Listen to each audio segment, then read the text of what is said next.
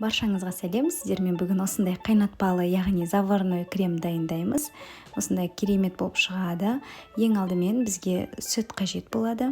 Сары май, қант, кукурузный крахмал және 2 жұмыртқа қажет болады. Ең алдымен жұмыртқамызға қантымызды қосып, жақсылап араластырып аламыз.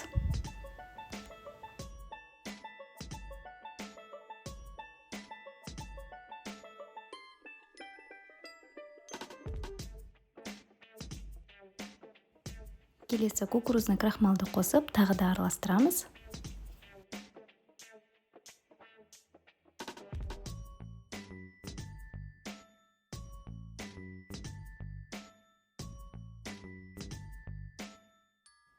Келесі кастрюлемізге сүтімізді құйып, қайнатпай тек ысытып аламыз. Міне ысып тұрған сүттің кішкене бөлігін жаңағы дайын болған массаға құйып, массамызды жақсылап араластырамыз.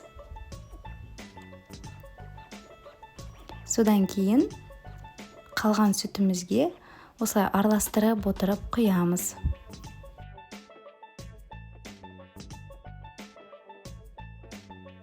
Енді осыны орташа отта үзбей араластырып отырып қайнатамыз. Міне осындай қою болғанға дейін.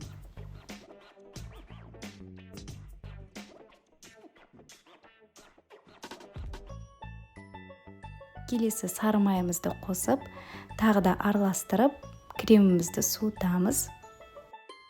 Міне осындай қою, ешқандай түйіршіксіз заварной крем дайын болады. Жасап көруге кеңес беремін, өте дәмді болып шығады. Менің каналыма тіркелуді ұмытпаңыз.